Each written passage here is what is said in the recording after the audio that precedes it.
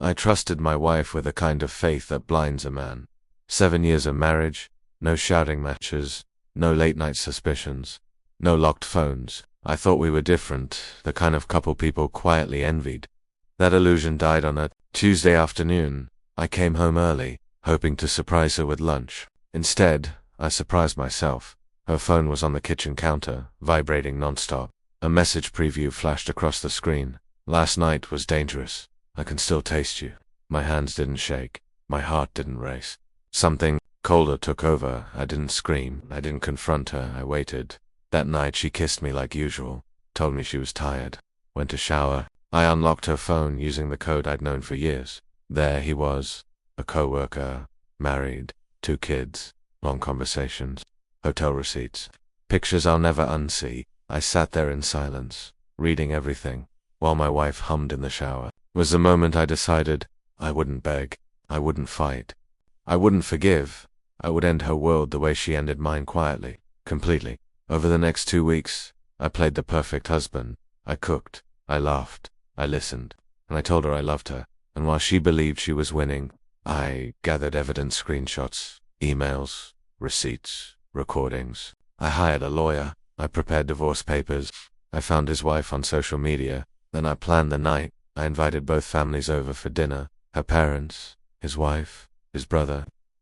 Told everyone it was a celebration. She wore red that night, smiled confidently, squeezed my hand under the table. After dessert, I stood up with a glass in my hand. "I just want to thank everyone," I said calmly, "for being here to witness honesty." Confusion filled the room. I connected my phone to the TV. Messages appeared, photos, dates, hotel names. The room collapsed into gasps, cries, disbelief. My wife went pale. "Please," she whispered. His wife screamed.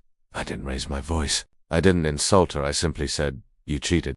Now you live with it." I handed my wife the divorce papers in front of everyone. Then I walked down. I heard later that she lost her job.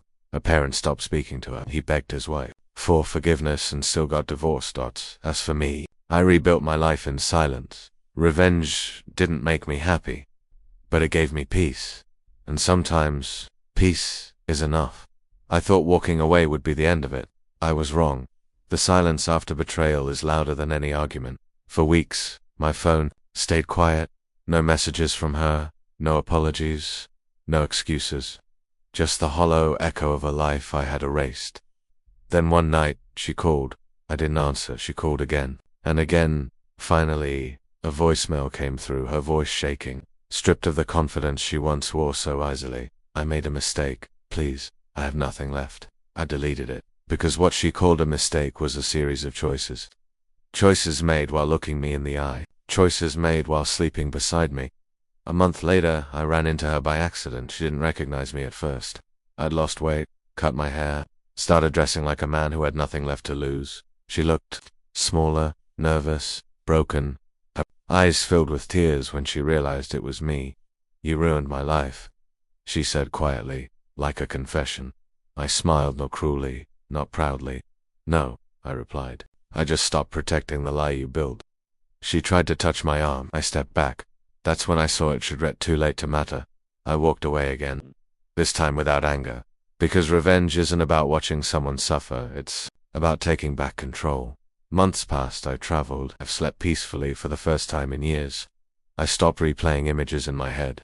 Her face faded. Her voice became unfamiliar. One morning, while sipping coffee in a quiet cafe, I realized something that surprised me. I hadn't thought about her in days. That's when I understood the truth. The real revenge wasn't exposure. It wasn't humiliation. It wasn't watching her world burn. It was becoming someone she could never hurt again. She lost everything trying to have more. I lost her hand, gained my life back, and that was the cleanest revenge of all. A year later, her name appeared in my inbox. No subject line, just a message. "I heard you're doing well. I'm glad I don't expect forgiveness. I just needed you to know. I finally understand what I destroyed." I stared at the screen longer than I expected.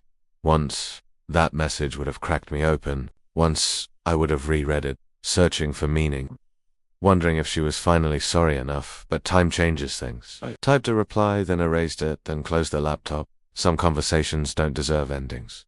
A few weeks after that, I ran into one of her old friends. She hesitated before speaking, like she was stepping into a graveyard. She's not the same, she said. She jumps between jobs, can't keep relationships, people don't trust her anymore.